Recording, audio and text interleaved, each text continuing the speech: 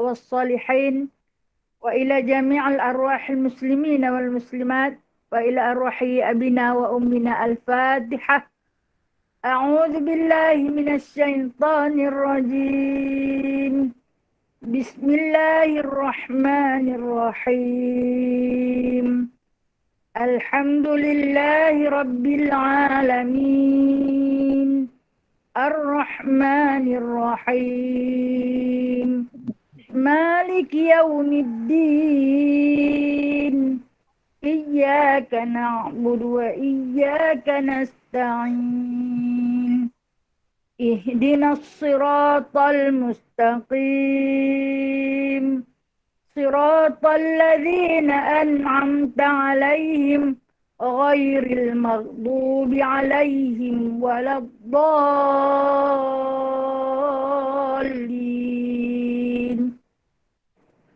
آمين.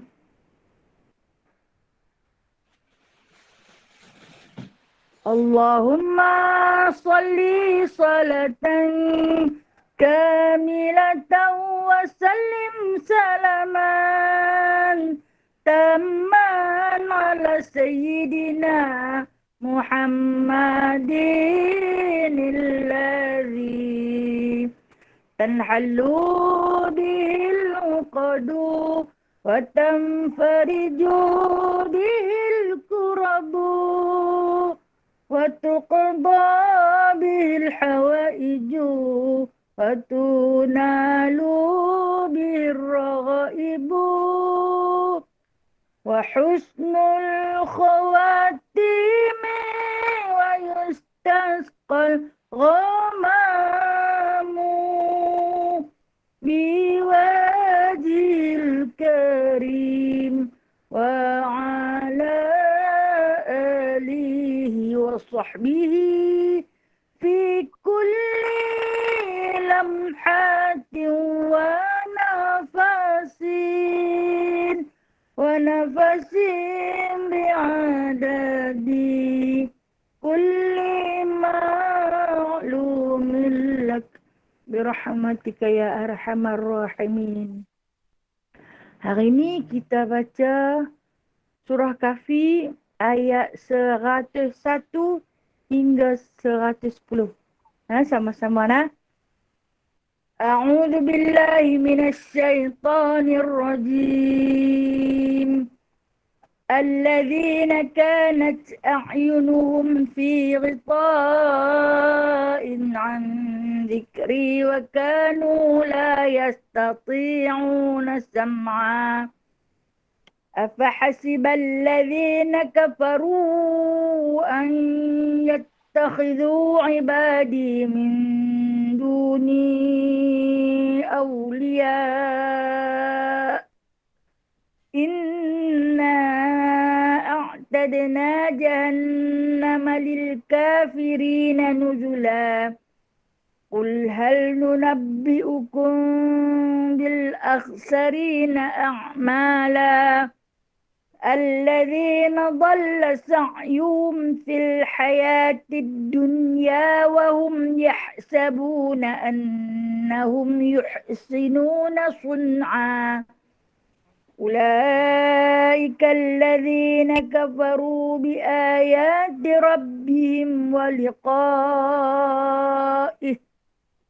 فحبطت أعمالهم فلا نقيم لهم يوم القيامة وزنا ذلك جزاؤهم جهنم بما كفروا واتخذوا آياتي ورسلي هزوا إن الذين آمنوا وعملوا الصالحات كانت لهم جنات الفردوس نزلا خالدين فيها لا يبغون عنها حولا قل لو كان البحر مدادا لكلمات ربي لنفد البحر قبل أن تنفد كلمات ربي ولو جئنا بمثله مددا Qul innama ana basyarum mislukum yuha ilayya annama ilahukum ilahun wahid. فمن كان يرجو لقاء ربه فليعمل عملا صالحا ولا يشرك بعبادة ربه أحدا. صدق الله العظيم. رب اشرح لي صدري ويسر لي أمري واحلل عقدة من لساني يفقهوا قولي. اللهم صل على سيدنا محمد وعلى آل سيدنا محمد. ربي يسر ولا تعسر، ربي تمن بخير يا كريم.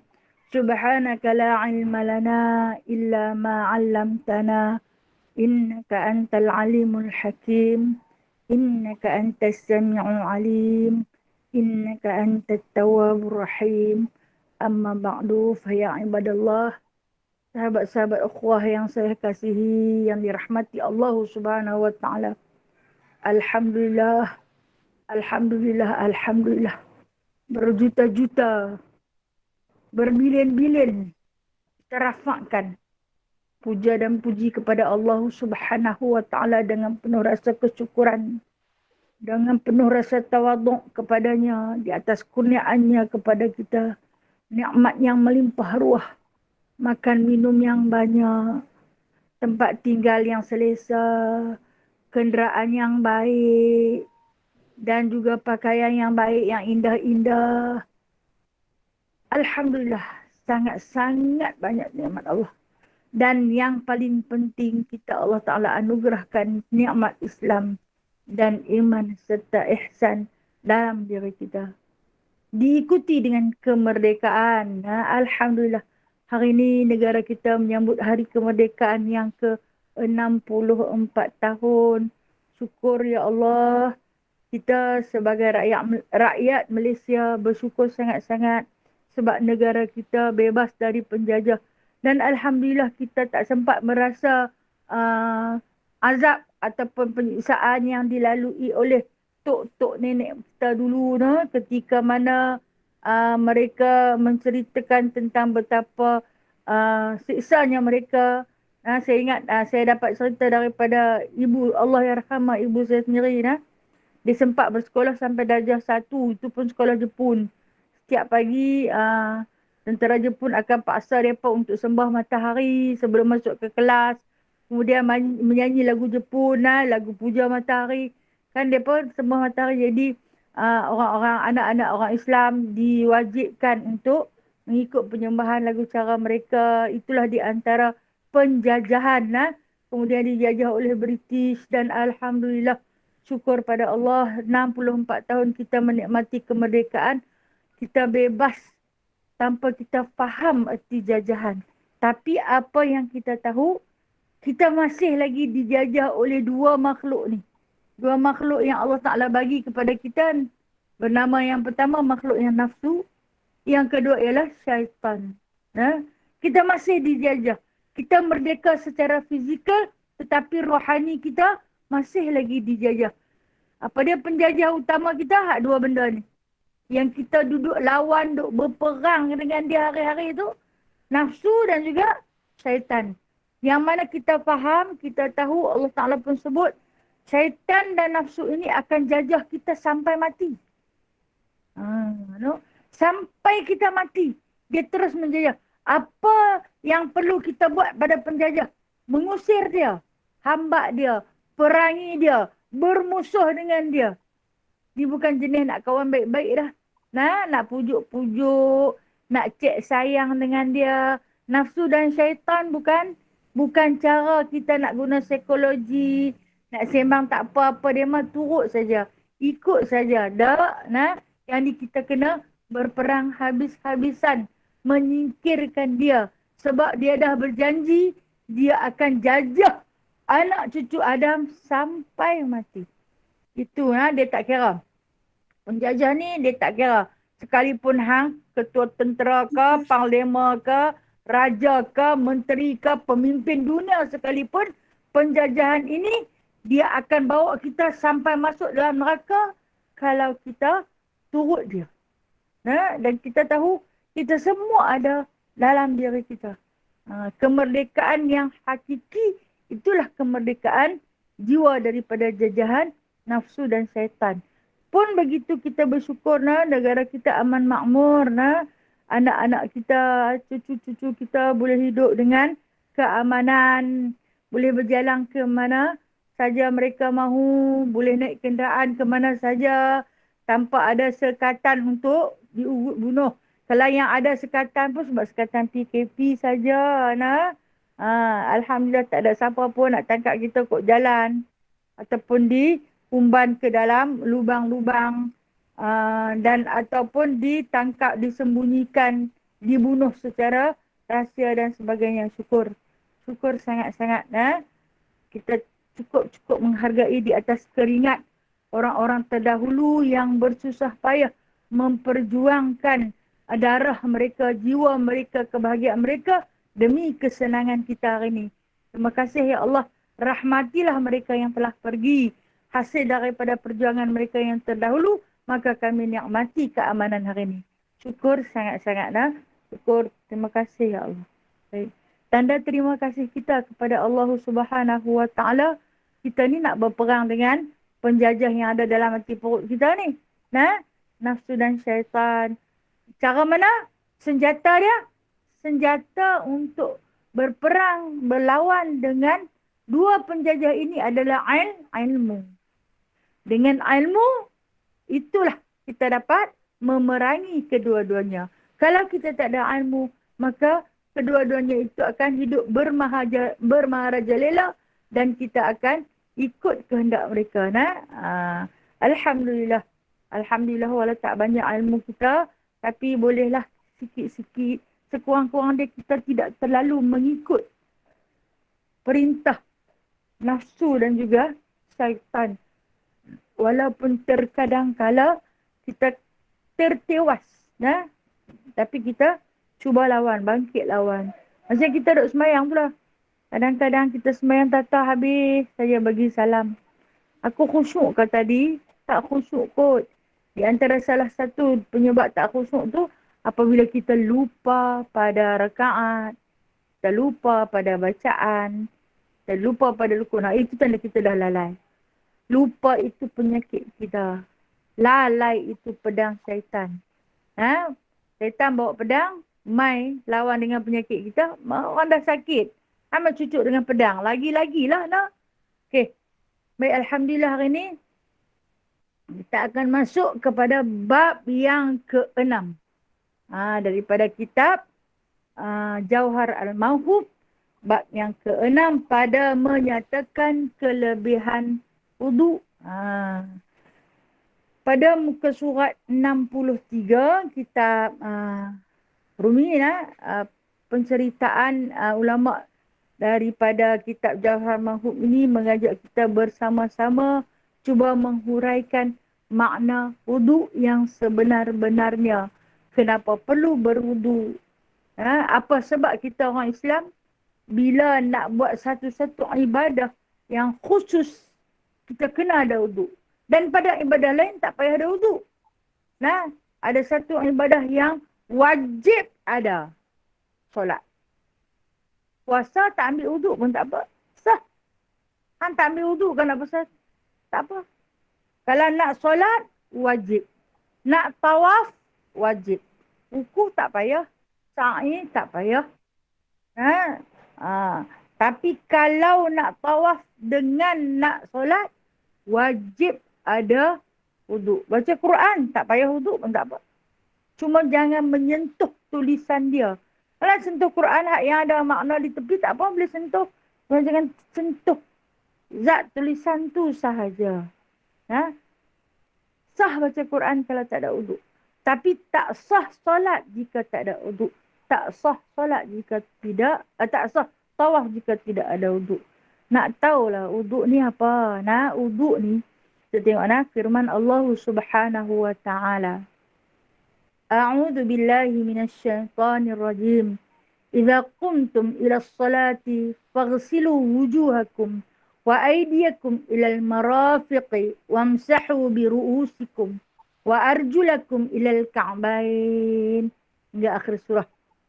Ini yang bermaksud apabila berkehendak berdiri kamu kepada bersembahyang, maka basuh olehmu akan muka kamu dan segala tangan kamu serta segala siku kamu, dan sapu olehmu dengan kepala kamu dan akan segala kaki kamu serta dua mata kaki kamu.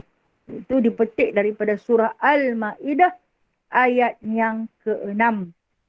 Kita tengok dah. Awal-awal kita tengok dulu. Yang dikatakan wuduk. Kalau kita orang Melayu, kita panggil ambil ayat semayang. Ada ayat semayang tak lagi? Ada ayat semayang. Kita panggil ayat lah. Orang Pulau Pinang dia buat ayat semayang. Nama dia sebenarnya wuduk. Itu dalam bahasa Arab. Apa maksud wuduk? Wuduk ini berarti wada'ah. Apa dia? Bersih. Nazahah. Bersih, suci dan bersinar. Bersih, suci dan bersinar. Dia tiga maksud. Bersih pun dia, suci pun dia, bersinar pun dia. Itu bermaksud wada'ah. Wada'ah daripada perkataan wuduk. Kalaulah kita ini dalam keadaan berhadas kecil. Contohnya kita kencing. Atau kita kentut. Maka kita dalam hadas kecil. Kita berak. Jadi kita dalam keadaan tidak berwuduk. Bagaimana kita nak mengangkat wuduk? Iaitu dengan cara kita kena cari ayat. Kena tahu pula ayat tu ayat apa. Sebab tu saya kata kena ada ilmu. Bila kita mengetahui ayat tu ayat apa, barulah sah syarat dan rukun wuduknya. Kalau tidak, tak sah syarat dan tak sah rukun apabila kita tidak mengenal air. Sebab tu bila belajar bab fiqh, mana-mana kitab, sekalipun kitab-kitab ataupun kitab iqna' yang tebal-tebal tu, kok mana pun mula-mula dia akan ajar kita kenal ayat dulu. Hamba kenal ayat dulu, hamba tahulah macam mana nak bawa wuduk hamba tu. Yang mana wuduk ini Allah Subhanahu Wa Taala perintahkan di dalam Al-Quran melalui petikan surah Al-Ma'idah yang kita baca tadi.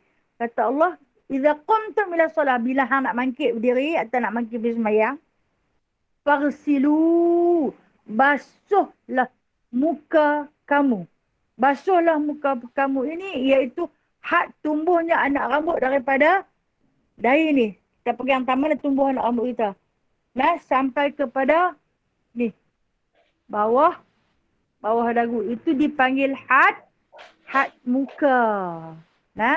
Dan bermula daripada cuping telinga belah sini hingga cuping telinga. Anak cuping telinga tu air kecil tu. Dari sini ke sini kita ukur tengok. Sebab tu bila mana hak yang ada rambut ataupun segmen kita yang keluar tu melebihi anak cuping telinga yang kecil di depan tu, bermakna dia dah masuk ke dalam kawasan muka. Sebab tu kita kena tarik dia bawa keluar. Sebab dia dah masuk dalam kawasan muka. Kena orang tu yang anak rambut dia banyak. Lagi banyaklah dia kena basuh. Sebab apa? Bahagian anak rambut itu melebihi kawasan muka. Ataupun dalam bahasa fikahnya disebut sebagai tali tudung. Tali tudung. Tarik, bawa keluar dia. Ada yang panjang kan? Ada yang pendek. Macam saya bagi tahu baru ni. Sebaik-baiknya potong bagi pendek, memudahkan tugas kita. Tugas kita nak basuh dia. Sebab Allah Ta'ala perintah, "Farsilu." Basuh. Bukan wamsahu. Bila dikatakan basuh tu, kena lalu ayak. Lalu ayak. Seorang sahabat, bila ditanya kepada beliau, ceritakan pada kami macam mana Rasulullah ni ambil sembahyang. Anas bin Malik menceritakan Nabi SAW mengambil wuduk ketika membasuh mukanya dengan segenggam air. Maksud dia ambil air dengan segenggam, bukan dua genggam. Kita ni kadang-kadang buh sampai penuh tapak tangan, bahkan melimpah-limpah. Nabi ambil segenggam. Sebelah tangan. Kenapa Nabi ambil dengan sebelah tangan kanan? Tak, dia tahan kedua-dua belah. Sebab sebelah tangan lagi Nabi gunakan untuk jurus. Tahu tak? Sebab zaman Rasulullah dulu tak ada kepala paip yang turun macam kita yang ada kepala paip. Kita boleh tada dua-dua belah tangan. Zaman Rasulullah tak ada. Jadi kena gunakan sebelah tangan kiri untuk tuang air. Jadi kata Anas bin Malik, Rasulullah menggenggam segenggam air. Bila dia dengan sebelah ni, maka disapulah pada bahagian muka tu. Dia tak basuh sampai banyak. Dia tak menggunakan air yang berlebih-lebihan kerana ianya membazir. Nah, jadi bila disapu, bila sampai kepada janggut, baginda akan menyelati. Maksud dia, janggut baginda tebal, dia akan daripada belakang ni. Dia tolak ke depan. Tolak ke depan. Kalau dilihat bagaimana cara yang ditunjukkan oleh Sayyidina Anas bin Malik, maka fahamlah sahabat, Nabi tidak menggunakan jumlah air yang begitu banyak. Tapi wajib kena farsilu, basuh. Atas nama basuh, nampak air tu menitik. Nampak air tu berjalan. Kalau tak air tu tak menitik, itu tak dinamakan basuh. Tak sah. Sapu. Kalau kita pakai spray pun, kita spray sampai kita nampak air tu menitik. Okey, itu basuh. Boleh pakai spray, malah-malah nak pergi beli air. Kita ni daripada Maghrib ke Isya, tunggu-tunggu, tengok-tengok masuk Isya. Malah nak masuk beli air, spray duk ada. Spray-spray. Pada bahagian basuh, kena basuh spray sampai kita rasa lencun, mengalir air tu. Okey, itu dah sapu muka. Okey, itu dah basuh muka. Kemudian Allah Ta'ala pesan, wa aidiyakum ilal marafiq. Yang tu pun kena basuh. Faghsilu wa aydiyakum ilal marafiq. Basuhlah juga kata Allah Ta'ala tangan kamu ke siku. Sebab tu ada waktu tu sahabat kita bertanya, boleh tak kalau nak basuh siku dulu, lepas tu tangan? Boleh. Tak salah. Boleh. Katalah kita ni pergi dekat kepala pek, kita pergi suar. Suar apa? Suar siku dulu. Kita bagi siku dulu, kemudian kita tarik ke depan. Sah. Wuduknya sah. Tetapi makruh. Dengan sebab perintah Allah, Allah suruh tangan hingga ke siku. Kalau kita buat daripada siku hingga ke hujung tangan, sah juga wuduk itu, namun makruh. Orang suruh dia buat lagu lain, dia buat lagu lain. Tak apalah. Lebih kurang macam tu. Tengok, kita kata kat dia buat daripada tangan sampai siku. Dia pergi buat siku sampai tangan. Awak tak boleh ke? Boleh lah. Tak apalah, buatlah. Itu cerita orang tak berapa berkenan. Itu makruh nama dia. Kan, kita nak buat ni biarlah yang sampai orang berkenan tengok. Dan sebarang apa yang ada di antara siku hingga ke hujung tangan kita. Kalaulah kita ada isi lebih, isi lebih kita mungkin nak di siku ni, bulat tu kan. Kena wajib basuh dia.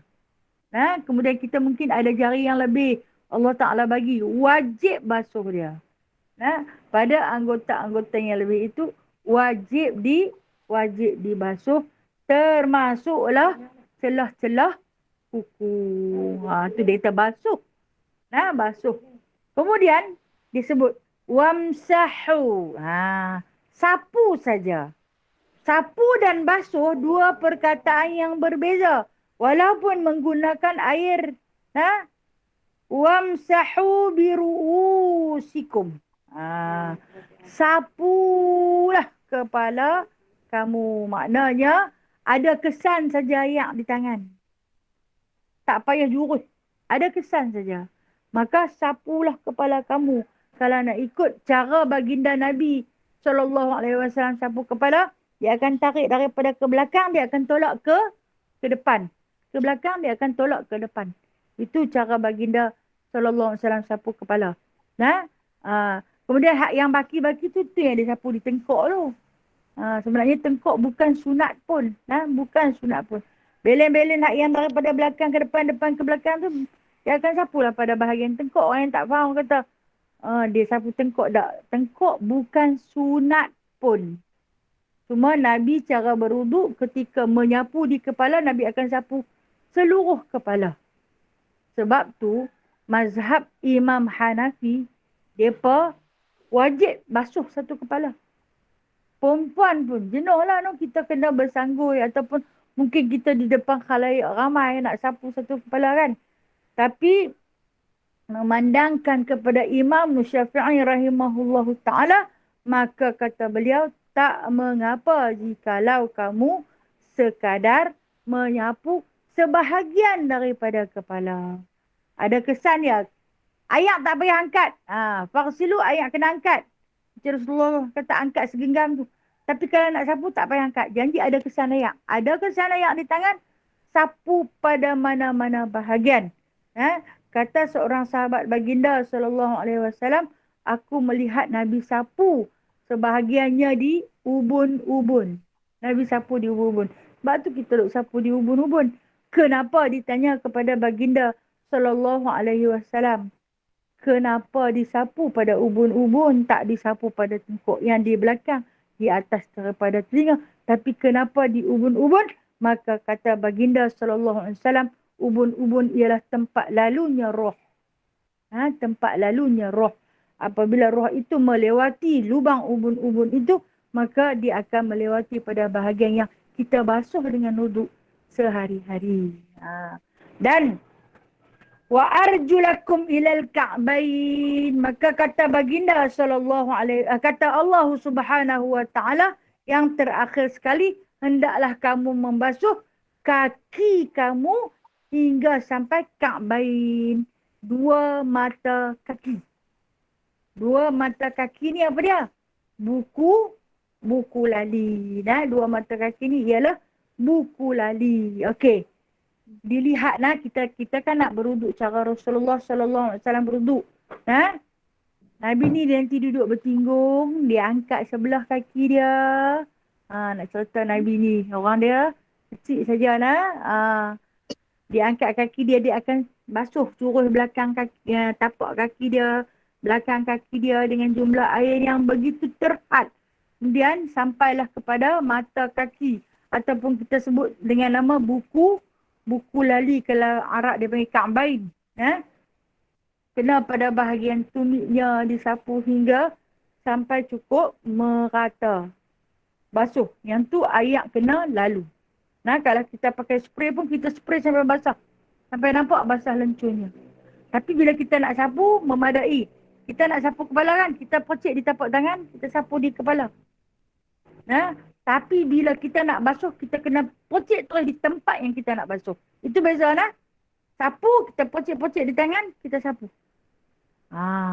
Tapi bila nak basuh, kita kena spray terus pada tempat yang kita nak basuh. Faham Yang guna spray lah Baik. Kemudian katanya, barang siapa hendak sembahyang, wajib atasnya wuduk yang sempurna. Itulah wuduk yang paling sempurna, yang mana Allah Ta'ala cerita. Kita tengok kalau dalam Al-Quran dia cerita macam ni hang nak sembahyang, hang kena basuh muka, hang kena basuh tangan sampai siku, hang kena sapu sikit di kepala, hang kena basuh kaki. Al-Quran cerita yang tu saja.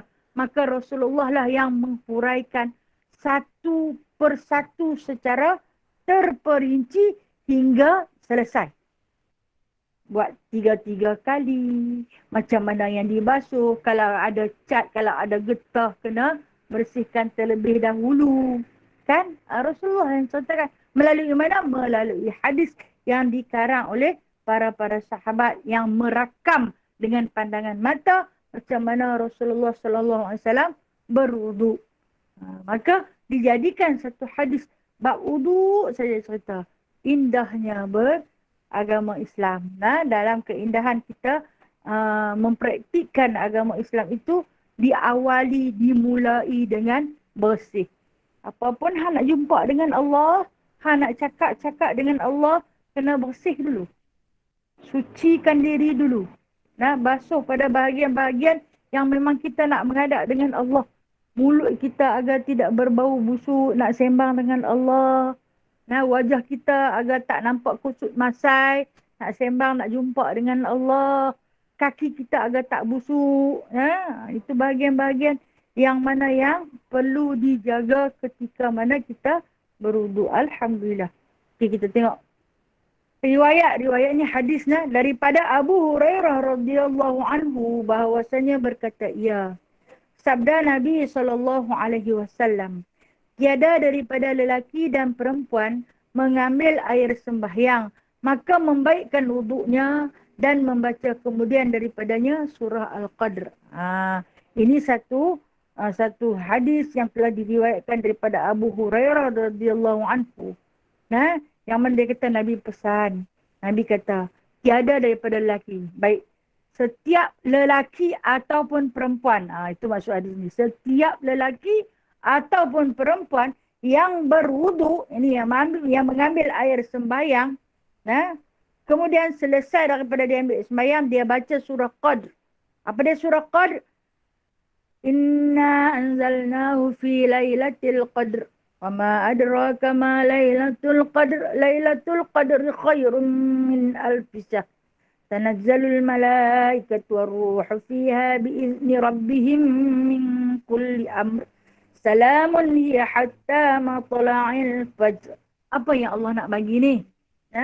Melainkan memberi Allah Ta'ala akan dia dengan tiap-tiap huruf daripada huruf surah Qad itu 100 darjat, dan menjadi Allah Ta'ala daripada tiap-tiap titik daripada wuduknya itu satu malaikat meminta ampun baginya hingga sampai hari kiamat. Masya Allah.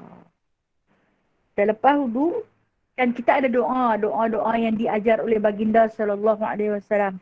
Salah satu doa yang diajar oleh baginda sallallahu alaihi wasallam kita pilih sendiri. Tapi bila kita nak baca surah ni, surah Qad, pastikan apabila kita nak menyebut nama Allah, nak menyebut nama Rasulullah, kita langkah terlebih dahulu keluar daripada bilik mandi. Sebab bilik mandi tu adalah tempat pembuangan najis. Jadi kita langkah keluar daripada bilik mandi tu dulu, barulah kita baca menghadap arah kiblat. Tak payah berlagu pun tak apa. Terus baca macam biasa. Inna anzalnahu fi lailatul qadr wa ma adraka ma lailatul qadr. Lailatul qadr khairun min alfi syahr. Terus baca sampai habis, maka kata baginda sallallahu alaihi wasallam, Allah Taala akan menjadikan tiap-tiap daripada huruf daripada surah Qad. Baik. Surah Qad ni ada berapa ayat? 5 ayat. Ada berapa huruf? Ni nak kena kira pula. Okey. Tanpa mengira syaddahnya, tanpa mengira sabdunya, surah Al-Qadr ini mempunyai 109 ayat. 109 ayat. Maka darablah 109 ayat. Darab dengan 100. Setiap satu huruf Allah akan gandakan menjadi 100. 100 darjat. 109 darab dengan 100. 10,900. Subhanallah. 10,900 darjat pahala yang diperolehi bagi sesiapa yang membaca surah Qad apabila selesai berwudu. Selesai berwudu. Suara saya tak clear ke? Tolong komen lah. Suara saya tak clear ke? Okey, Ustazah, okey. Okey. Okey. Okey nah. Alhamdulillah, terima kasih. Okey Ji. Okey nah. Maaf nah kalau tak clear. Mungkin internet lemah ke? Mungkin internet nah. Mungkin internet. Sebab ni tung. Tunggu suara Ustazah tak balik. Ya ke? Nanti lama dia bunyi teng. Macam tu. Putus. Okey, tak apa. Just turn it on. Okey. Mohon maaf nah di atas segala kekurangan. Okey, kita kembali balik kepada hadis yang diriwayatkan daripada Abu Hurairah radhiyallahu anhu. Dan kemudian Allah Ta'ala bagi apa lagi? Selepas dah memperolehi 100 darjat di atas setiap satu huruf yang Allah Subhanahu wa Ta'ala letakkan. Allah Ta'ala bagi apa lagi? Maka dijadikan satu malaikat pada setiap satu titik daripada wuduk tersebut. Setiap satu titik yang menitik daripada wuduk yang kita ambil itu, Allah Ta'ala akan jadikan satu malaikat yang akan beristighfar untuk kita hingga sampai hari kiamat. Betapa besarnya rahmat Allah Subhanahu wa Ta'ala yang memberikan kepada kita atas imbalan-imbalan pahala yang cukup banyak. Allah Ta'ala boleh ke nak bagi ni? Awak pula tak boleh, dia kaya. Nah, kita kata, takkan kot no. Baru wuduk saja, tak diri solat lagi. Baru berwuduk sahaja. Kan? Nak dikira setiap titik berapa ribu titik yang menitik ketika kita berwuduk. Laratkah dia nak jadikan malaikat? Kenapa tidak? Allah itu maha kaya. Jangan mempersoalkan kemampuan Allah untuk menganugerahkan satu-satu kelebihan kepada kita dengan beribu-ribu kali ganda. Sebab Allah kaya. Allahu ghani, Allahu mughni. Ya? Allah itu kaya lagi mengkayakan. Bukan dia kaya dia saja, tetapi dia mengkayakan kita. Alhamdulillah, Alhamdulillah. Ini kelebihan dia. Nah, baca surah Qad. Okey. Kalau selama ni kita tak baca surah Qad, kita mungkin baca asyhadu an la ilaha illallah wahdahu la syarikalah wa asyhadu anna Muhammadan abduhu wa rasuluh. Allahumma ja'alni minat tawabin waj'alni minal mutatahhirin waj'alni min ibadikas salihin. Itu juga yang diajar oleh Nabi SAW. Kita akan ceritakan kemudian kelebihannya. Tapi kalau surah Qad ni kita senang hafal. Sebab kita dari kecil dah pun menghafal surah Al-Qadr ini. Okey. Seterusnya. Dia kata, hal yang tersebut tadi tu tersebut di dalam kitab Riyadhur Rayyahin. Riyadhur Rayyahin. Dipetik daripada kitab Riyadhur Rayyahin. Penceritaan tentang hadis-hadis kelebihan berwuduk dan bersolat.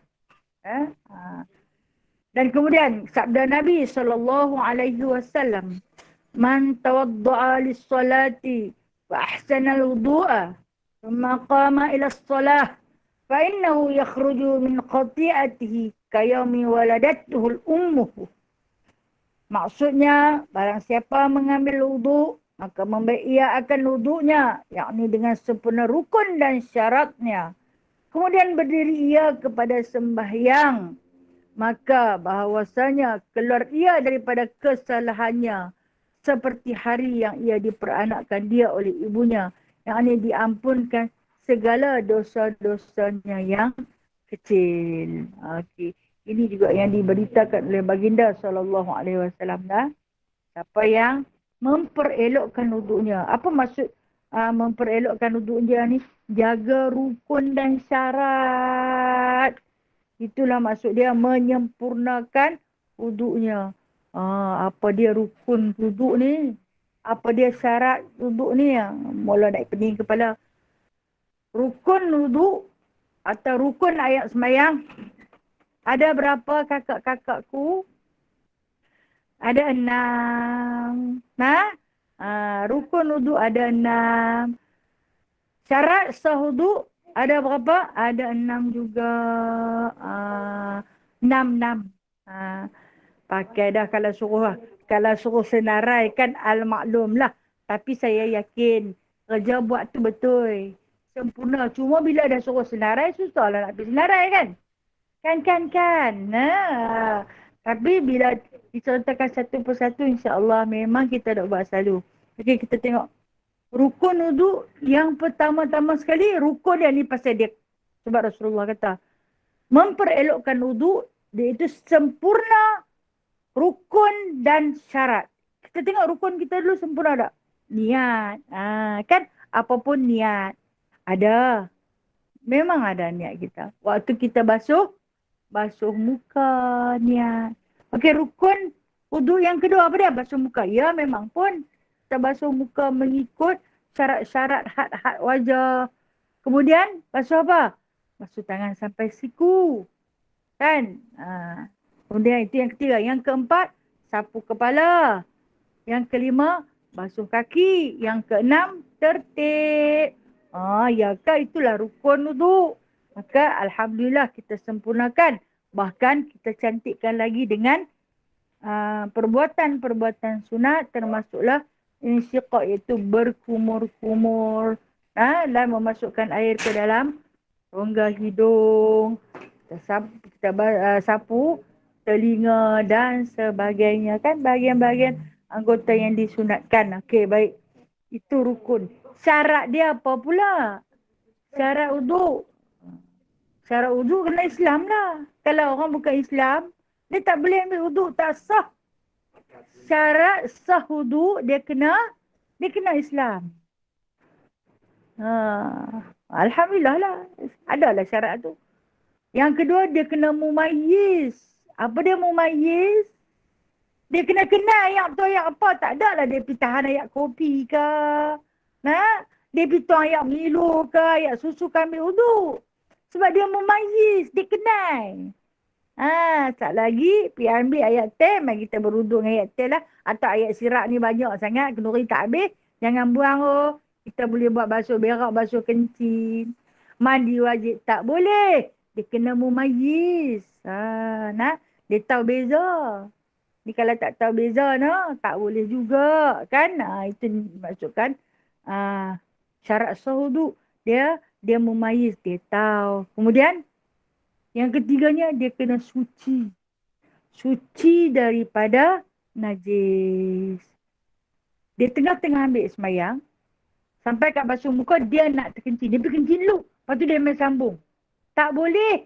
Sebab dia masih ada najis pada dia. Dia basuh berak tak cuci. Dia main ambil semayang. Tak sah. Sebab syarat sah wuduk kena suci daripada najis. Dia berhadas besar. Tak mandi wajib lagi terus ambil wuduk semayang. Tak boleh. Itu yang dikatakan syarat sah wuduk. Kemudian apa lagi? Menggunakan air yang suci lagi halal. Ayat tu dia kena halal. Dia tak boleh curi. Syarat sah dia. Ni dia pergi curi ayat orang. Dia nak wuduk tak ada ayat. Dia tengok kawan tu tak ada di rumah. Dia pergi curi ayat. Tak boleh. Tak sah. Nampak sah pada segi perbuatan. Rukun dia sah. Syaratnya tak sah. Sebab ayat tu bukan ayat yang halal. Walaupun air yang mutlak. Tapi dia curi. Tak sah. Kena jaga kena tahu. Kemudian, menghilangkan benda-benda yang boleh menghalang sampainya air. Hilang. Menghilangkan. Contoh dia ialah seperti cat, getah, lilin, sisik-sisik ikan. Itu yang disebut di antara benda-benda yang boleh menghalang daripada sampainya air. Kita dah ambil sembahyang selesai dah. Tengok-tengok ada cat. Tadi cat pintu rumah. Rupa-rupanya ingat kat habis. Tengok-tengok ada sikit lagi belakang ni. Aduh. Cuci dulu sampai hilang. Ambil ayat sembahyang lain. Pada bahagian tu. Syarat sah wuduk. Okey, kalau tahu semua syarat dan rukunnya, sempurna. InsyaAllah. Sempurnalah wuduknya. Maka kata Nabi SAW, kelebihannya, pahala yang akan diperolehinya ialah seperti mana dia kata, keluar dia daripada kesalahannya, daripada dosanya seperti hari diperanakkan dia daripada perut ibunya. Macam tak ada apa-apa dosa. Suci bersih. Tapi hanya dosa-dosa kecil. Dosa besar, kena minta ampun. Dosa dengan orang, kena pergi minta maaf. Cari dia. Minta maaf. Minta halal yang terlebih dan yang terkurang.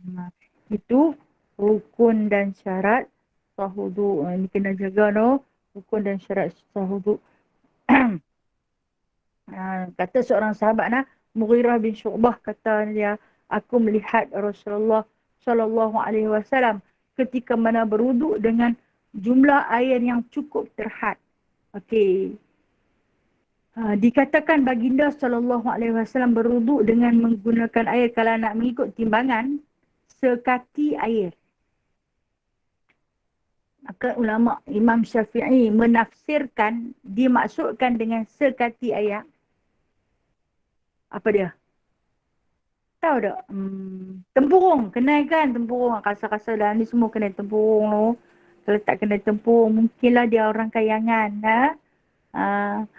Tempurung. Okey. Ayat banyak dalam tempurung saja. Kan banyak mana kan? Ayat dalam tempurung. Bukan dalam cebok. Dalam cebok kita pun besar kan? Tempurung tu kecil saja.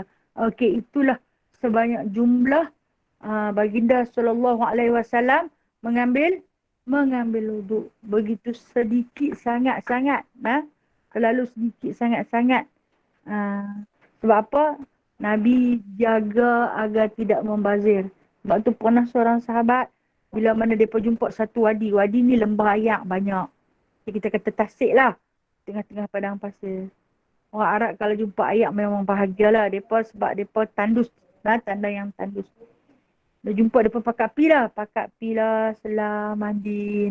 Bila beruduk ni buat ayak bergincah kita kata. Menggunakan air yang banyak. Rasulullah tegur sahabat ni. Jangan, kata Rasulullah. Sahabat kita ada air banyak. Jangan, kata Rasulullah. Kerana kamu membazir. Dan pembaziran itu adalah saudara daripada syaitan. Dan ingatlah, syaitan itu adalah musuh bagi Allah. Sebagai paling kufur. Jadi, walaupun kita ada yang banyak, berjimatlah. Berjimatlah. Walaupun ada yang banyak. Sebab tu, sunat bila kita beruduk menggunakan bekas air. Kita tahan bubur dalam jug ke atau dalam botol mineral ke, kita tuang. Kita tuang macam Rasulullah buat. Sunat kalau kita buat macam tu. Tapi kita tak cekap, dia jadi satu musyaqqah. Satu kepayahan bila kita nak tuang dengan sebelah tangan kita tuang. Lepas tu saat lagi kita nak berebut, nak gosok, kita rasa macam satu payah. Sebab kita dah biasa senang.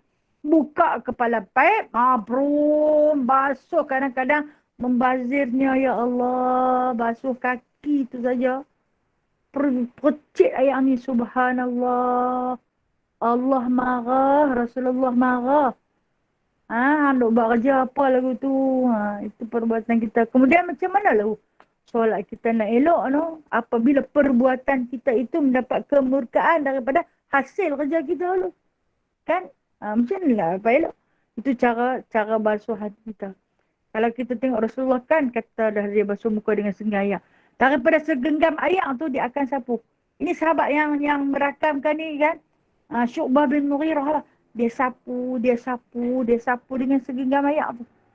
Kita bukan segenggam, 2 genggam. Bahkan buka air lama bagi penuh melimpah-limpah di tapak tangan tu. Kadang-kadang sampai basah depan-depan baju. Allah. Lampau sebab apa? Sebab mewah. Sebab makmur. Dengan air. Kita tak menghargai. Kita tak fikir kita akan jadi seorang yang muflis satu ketika nanti. Itu cara baginda sallallahu alaihi wasallam menjaga wuduknya pada permulaan lagi. Sebab keberkahan dalam berwuduk, sempurna syarat dan rukun menjadi asbab untuk sah dan khusyuk dalam sembahyang. Itulah kita tak khusyuk. Kadang-kadang khusyuk. Kadang-kadang tak khusyuk. Banyak tak khusyuk daripada khusyuk. Dalam duk ingat lupa. Dalam duk ingat nak baca tu lupa. Tadi aku kata nak kata tapi aku tak kata. Ni aku ingat rakaat berapa ni aku lupa rakaat berapa. Salah satu penyebab dia ialah kerja kelakuan kita ketika mana kita berwuduk itu mengundang murka. Salah satu penyebab dia. Bukanlah saya kata semua. Tapi salah satunya. Okey. Kita tengok lagi. Dan sabda Nabi SAW, man tawadda'a lis-salati wa shalla kaffarallahu dhunubahu ma bainahu wa bainas salati al-ukhra allati taliha. Barang siapa mengambil wuduk bagi sembahyang dan sembahyang ia nescaya mengkafarahkan Allah Ta'ala akan segala dosanya barang yang antaranya dan antara sembahyang yang mengiringi akan dia. Alhamdulillah, hebat dah. Kita ambil wuduk di antara 2 sembahyang. Okey, saya nak letak sembahyang Maghrib dengan Isya. Kan dia patut dekat-dekat. Jadi, mula ambil dah ayat sembahyang pada waktu Maghrib. Lepas tu kita gunakan untuk solat fardu Maghrib. Mungkin ada solat sunat ba'diyah. Mungkin ada solat qadha. Mungkin ada solat sunat awabin dan sebagainya. Okey. Sepanjang tempoh kita berwuduk tu walaupun tak batal ataupun batal, maka ianya dapat mengkifarahkan dosa sampai masuk waktu Aisyah. Mengkifarahkan dosa. Selagi mana kita tak buat dosa lah. Ni lepas-lepas bagi salam, kira dia buat dosa lain pula. Nak? Jadi dikifaratkan. Maksud apa dikifaratkan? Dihapuskan. Dihapuskan dosa-dosa kita yang telah lalu. Yang terdahulu. Sepanjang tempoh kita beruduk sampai masuk Isya. Sekalipun uduk tu batal. Kemudian Isya pergi ke maghrib. Isya pergi ke subuh. Ni ketika mana kita nak tidur. Kita mungkinlah tak sehebat Imam Malik. Imam Malik bersolat subuh pada wuduk Isyanya.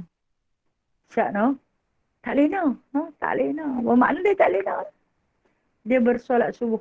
Apabila anak murid dia tanya, Imam Syafi'i tanya macam mana nak tengok macam mana Imam Malik ni boleh bersolat subuh dengan wuduk Isyanya.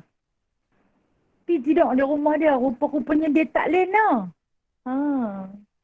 Dia tak lena. Allah peruntukkan seluruh waktu malamnya untuk Allah. Kata Imam Syafi'i, Rasulullah suruh kita tidurlah ketika mana letih. Kata Imam Malik, aku tak sanggup nak pejam mata aku. Aku takut aku lalai daripada mengingati Allah. Kita kalau silap sikit nak pejam. Tambah lagi duk ingat. Pegang biji tasbih ni macam mengundang tidur. Macam mengundang tidur. Pegang biji tasbih ni. Sampailah. Saya pernah bagi fatwa kepada seseorang yang dia beritahu. Dia ni susah tidur. Saya kata senang je. Ambil tasbih. Bilang biji tasbih tu. Subhanallah, subhanallah. Tak dan sampai ke 10 kali. Padamlah. Memori dia. Padamlah memori dia. Pasal apa? Setan tu dia duduk yang tidurlah. Aku takutlah dengan hang duk berzikir banyak-banyak. Tapi ada yang menjadi, ada yang tak jadi. Kadang-kadang punya berzikir lah. Punya mengaji sampai nak kata 30 juz pun tak lena-lena. Pun ada. Ikutlah rezeki. Ikut rezeki masing-masing lah. Tidur itu satu rezeki. Okey. Kalau kita pandai jaga wuduk kita daripada Isya sampai ke subuh. Kifarat dosa daripada Isya sampai subuh. Masya Allah. Masaknya anugerah Allah Ta'ala kelebihan kepada orang yang berwuduk. Satu lagi hadis. Sabda Nabi SAW. Man nama ala wudu'i fadarokahul mautu fi tilkal laylati fahuwa 'indallahi syahid. Barang siapa tidur atas wuduk maka akan mati pada demikian malam itu, maka iaitu pada Allah Ta'ala matinya mati syahid. Siapa yang tidur dalam berwuduk. Dan menjadi satu tugas kita. Tugas kita sebagai mukmin sebelum tidur mengantuk macam mana sekalipun, ambil wuduk. Ambil wuduk dulu. Ambil wuduk dulu. Tidurlah. Seandainya ditakdirkan. Itulah wuduk kita yang terakhir. Kita mati dalam tidur. Maka di sisi Allah, mati itu dikira mati syahid. Mati itu dikira mati syahid dan tersebut di dalam Ihya sabda Nabi sallallahu alaihi wasallam. Okey, itu kita akan sambung ke depan. Kenapa dia kata mati syahid ni hanya di sisi Allah? Sebab kematian dia itu wajib dimandikan, dikafankan dan disembahyangkan. Namun di sisi Allah tetap Allah Subhanahu wa taala mengirakan dia sebagai syahid. Baik, kita berwuduk, kita ambil wuduk, kita naik atas katil nak tidur, terkentut. Kentut, batal lah. Adakah nak pergi ambil lain? Tak payah dah. Ataupun mungkin tersentuh dengan teman sebelah katil kita tu lah. Kan teman sebantai sekatil tu. Kan batal wuduk kita. Tak payah pergi ambil dah. Tetap dikira wuduk kita itu sampailah kita bangkit pergi apa macam ni. Katalah kita bangkit nak terkencing. Sesetengah orang suka bangkit ulang kencing. Sehari bangkit ulang kencing. Adakah setiap kali dia bangkit pergi kencing tu kena sejam sekali jenuh sejuk dah ambil sebenarnya tak payah. Tak perlu lagi. Dikira pada yang awal itu tadi. Tidur kita dalam keadaan berwuduk. Dijadikan beberapa malaikat yang akan memelihara kita. Dijauhkan daripada gigitan binatang-binatang berbisa.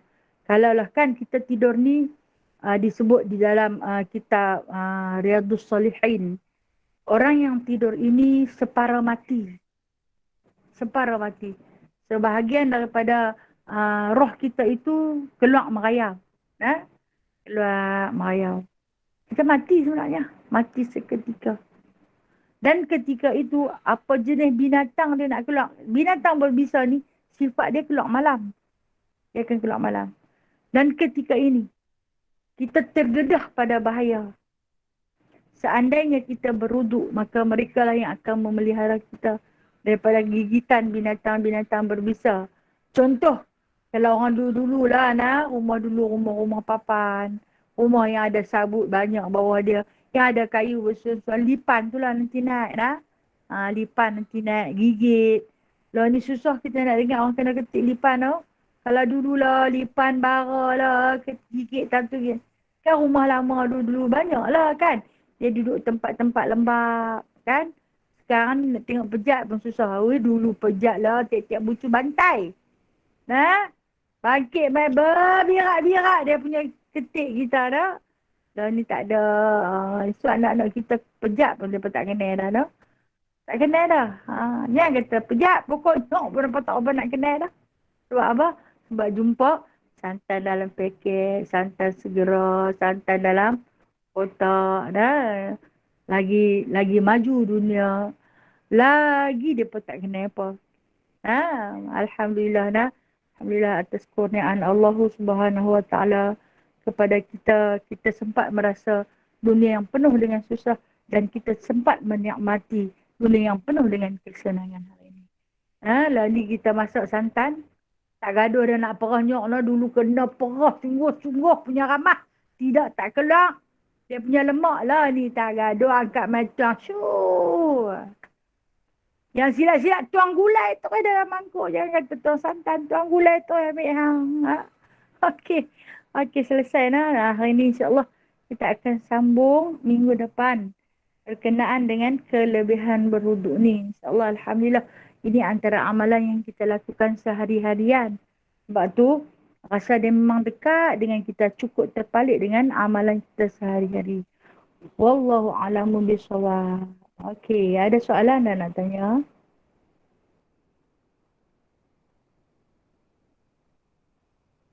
Assalamualaikum Ustazah. Assalamualaikum Ustazah. Waalaikumsalam warahmatullahi. Ya silakan. Nak tanya. Okey. Siapa dia dulu? Siti dulu. Saya bagi ruang kepada Siti dulu nah. Okey, sila Siti. Terima kasih Ustazah. Nak tanya pasal wuduk kan. Soalan saya, niat kita ambil wuduk, lepas tu kita terus terjun dalam air sungai. Adakah kira terus dah wuduk? Yang keduanya, ketika hujan lebat, contoh anak kita lah, ketika hujan lebat, lepas tu dia niat nak ambil wuduk, dia terus pergi mandi hujan macam tu. Macam mana? Adakah kira sah wuduk ke ataupun tak? Okey. Terima kasih Ustazah. Okey. Ini soalan kalau tuk guru lama dia nanti akan bangkitlah soalan sedemikian lah. Kalau kita niat wuduk, kita terjun dalam sungai, kita niat wuduk. Tak payah niat masa berdiri tu. Terjun masuk dalam sungai tu, selam, terjun kat sini, timbul kat sana. Tapi niat wuduk. Nawaitu wudu'a lillahi ta'ala. Nawaitu rafa'an hadasil lillahi ta'ala. Hadasil asghar lillahi ta'ala. Sukalah. Sahaja kau ambil semayang kerana Allah Ta'ala. Maka dikira sah. Terus dikira sah. Walaupun tidak ikut turutan. Sebab dia buat secara serentak. Itu tertib lah. Ada tertibnya. Tertibnya itu dibuat secara serentak. Maka wuduknya sah. Begitu juga kita keluar mandi hujan. Hujan lebat. Kita keluar, kita mandi. Kita mandi hujan. Kita niat. Ataupun kita tak keluar mandi. Kita ditimpa hujan. Kita niat. Saja aku berwuduk kerana Allah Ta'ala. Basah mengenai air itu pada bahagian-bahagian wajib wuduk. Maka sah wuduk tersebut. Wuduk tersebut. Begitu juga. Kalaulah kata kita naik motor. Kita naik motor. Kita kena basah lencur ni. Kita naik wuduk. Kita dah dalam keadaan berwuduk. Sah wuduk kita. Janji basah pada bahagian-bahagian anggota wajib wuduk tersebut. Okey Siti. Terima kasih Ustazah. Sama-sama. Ya, Kak Jana silakan. Kak Jana. Kak Jana Kak Jana Kak, silakan Kak Jana. buka. Ya, silakan Tadi Kak. soalan masa hujan lebat. Okey, dah terjawab. Dah terjawab lah. Memang nak tanya masa hujan tadi. Lepas ni satu soalan lagi. Alhamdulillah, Ah, Alhamdulillah. Ya. Satu lagi soalan. Kalau tadi dikatakan semasa kita tidur kan, sebahagian daripada ruh kita keluar. Betul? Ya, betul, betul. Betul. Jadi sebahagian lagi duduk dengan kita kan? Ya, betul. Oh, macam Ya. tu. Dia separate apa? Sebahagian Berpisah. lagi duduk. Kalau dia keluar habis-habis. Ya, kalau dia Habis, keluar habis habis-habis, dia mati. Habis. lah. Nah, ni Tu. dia duduk sebahagian lagi duduk dengan kita sebab apa? Sebab ketika mana orang kejut, kita terbangun. Sebab dia pergi tak habis. Ya. Kalau dia pergi habis, susah nak main. No? Dibimbangi kadang-kadang sesat. Dia tak Tak boleh balik. patah balik. Sebab tu kita disunatkan beruduk terlebih dahulu. Kan? Sedih ingat yang pergi tak balik-balik tu kan. Dah dikejut-kejut macam mana pun rupanya dia tak main. Dia pergi terus menghadap dengan Allah. Ya. Kan lebih indah, lebih cantik apabila dia menghadap dengan Allah itu dalam beruduk. Maka dikira sebagai syahid di sisi Allah. Okey Kak Jana.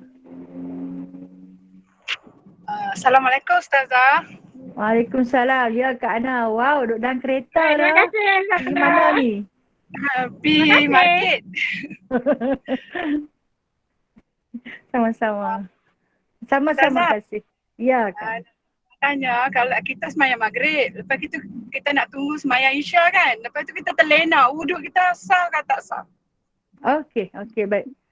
Baik, Masa- yang tu kita okey. Dia kena tengok cara tidur kita. Kalau tidur tetap papan punggung di atas lantai, tetap tidur sambil duduk. Tak sengit sikit pun, maka uduk kita tak batal. Tapi kalau kita pusing kok ni, pusing kok tu, pusing ni, batal. Maka yang terlebih baik, ambillah uduk. Sebab insyaAllah minggu depan kita akan cerita pasal tajdid uduk. Dia suruh kita ambil lain. Kalau kata kita rasa was-was pada uduk kita, dia suruh kita ambil lain.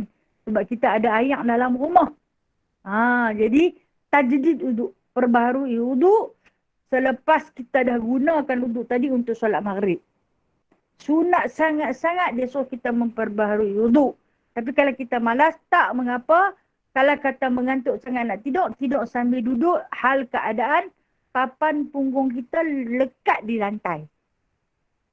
Tak bergoyang, tak bergerak, tak kalih sana, kalih sini. Tapi kalau kita kalih, maka dikira kita itu sebagai hilang akal. Bila hilang akal, maka batal wuduknya. Wallahualam. Okay, terima kasih Ustazah. Sama-sama kasih.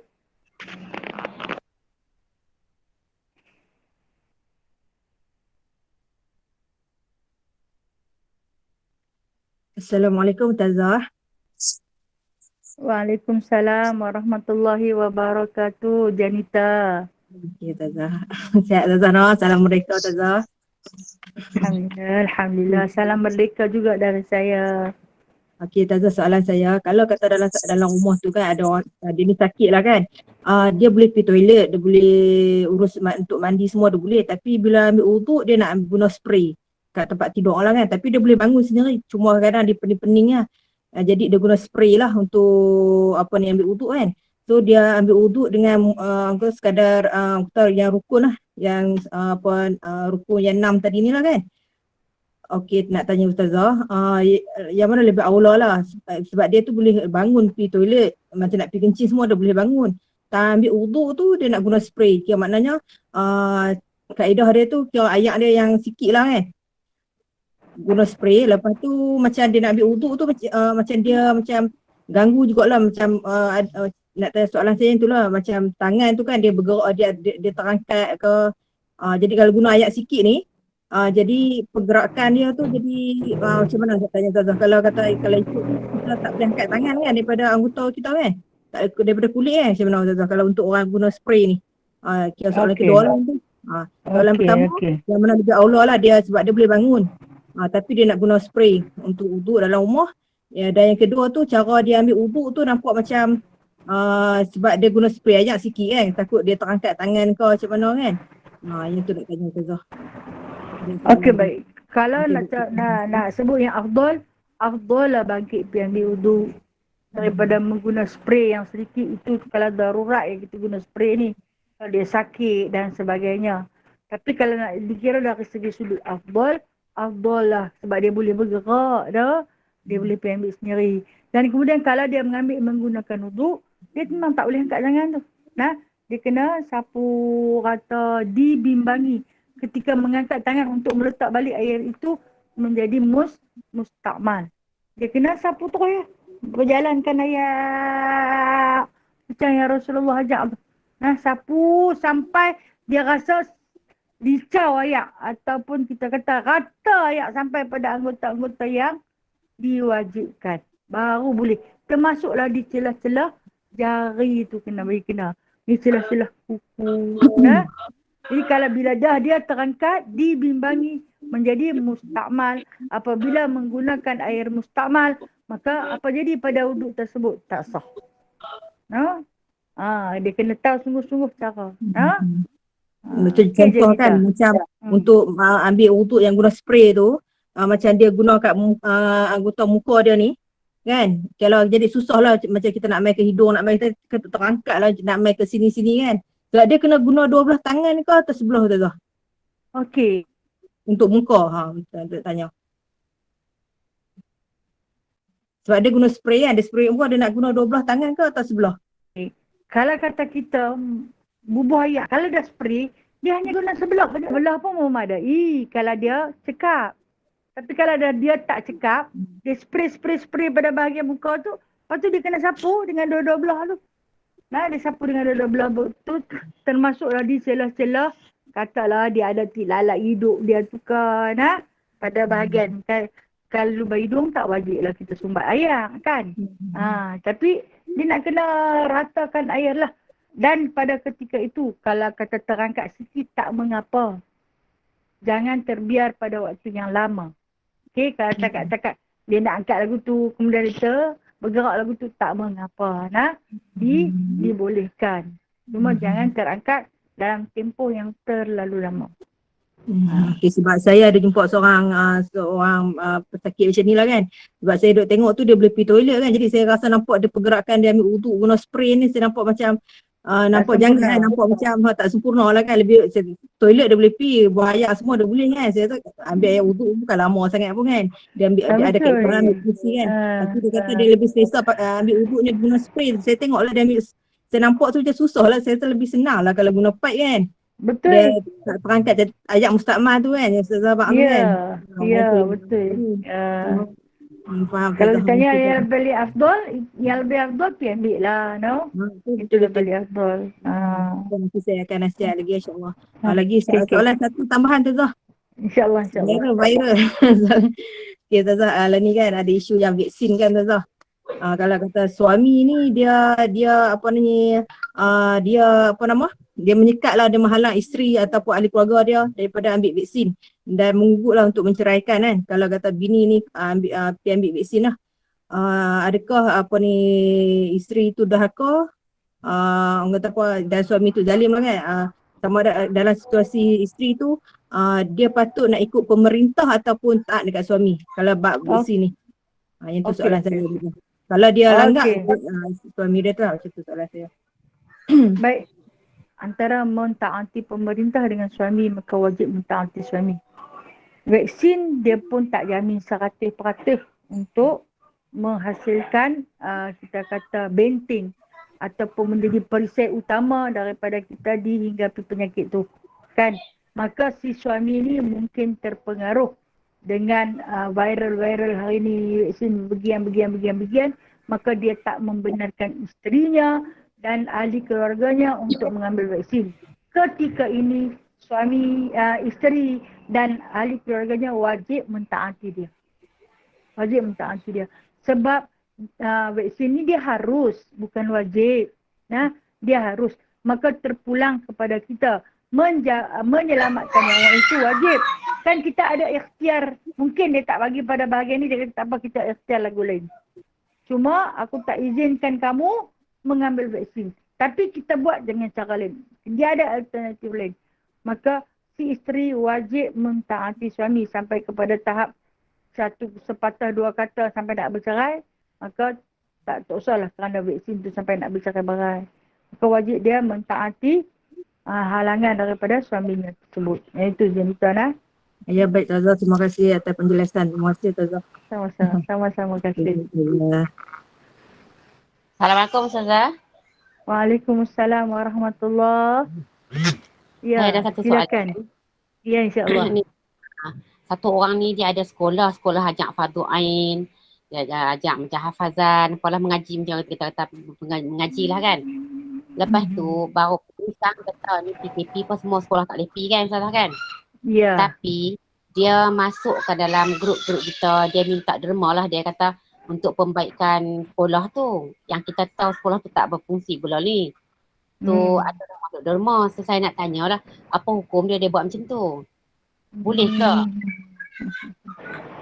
Dia tak boleh lah macam tu. Kalau lah benar seperti apa yang dikata, memang tak boleh lah dia buat macam tu. Jadi dia menipu dengan memungut duit. Orang kalau orang bagi duit tu dengan sebab orang nak buat pembaikan lah. Sedangkan itu amanah. Lah. Bila dia tak tunaikan amanah tu, maka haram lah. Dia tak boleh gunakan untuk lain. Melainkan amanah yang orang bagi untuk buat pembaikan. Sedangkan sekolah tu tak berfungsi pun. Nah? Kita tahu sekolah pun tak boleh pergi Ustazah lah ni kan? Kalau macam tu dia kena amanah. Apapun dari dalam diri dia, no? Kena amanah. Itu baik. saja, no? Baik-baik. Ustazah. Ya, sama.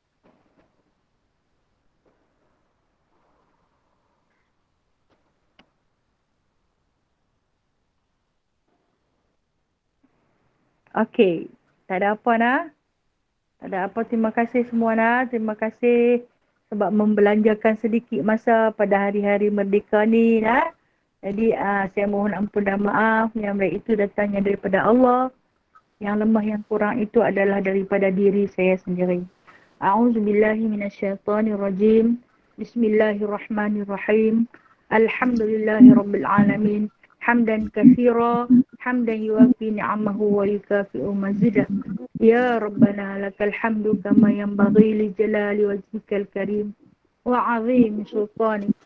Allahumma bihaqqil Fatihah wa sirril Fatihah, ya farijal ham wa ya kashifal gham, ya man li'ibadati yaghfiru wa yarham, ya dafi'al bala ya Allah, ya dafi'al bala ya Rahman, ya dafi'al bala ya Rahim, idfa' 'anna al-ghalaa wal balaa wal wabaa wal fahsyaa wal munkar والسيوف المختلفة والشدائد والمحن ما ظهر منها وما بطن من بلدنا هذا خاصة ومن بلدان مسلمين عامة إنك على ما تشاء قدير.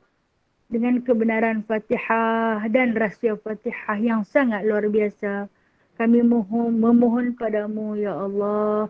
Kami percaya kepadamu ya Allah. Kerana sesungguhnya hanya Engkaulah yang mampu menenangkan hati-hati kami yang gelisah ini, yang mampu menghilangkan kebimbangan di hati-hati kami di atas wabak ini. Wahai Allah, Tuhan yang Maha Pengasih lagi Maha Penyayang, jauhkanlah daripada kami bala bencana ya Allah. Jauhilah daripada kami bala bencana ya Rahman. Jauhilah daripada kami bala bencana ya Rahim. Jauhkanlah daripada kami segala ujian dan cubaan yang tidak mampu kami hadapi ya Allah. Jauhilah daripada kami ujian harga barang naik, maupun ujian lahir dan juga batin yang kami tahu dan juga kami tidak sedari. Ya Allah, kurniakanlah kepada kami negara yang baik, yang aman, yang makmur, negara Islam khasnya dan negara Islam seluruhnya di seluruh muka bumi ini. Wassallallahu ala sayyidina Muhammadin walhamdulillahirabbil alamin. Taqabbalallahu minkum minna wa minkum.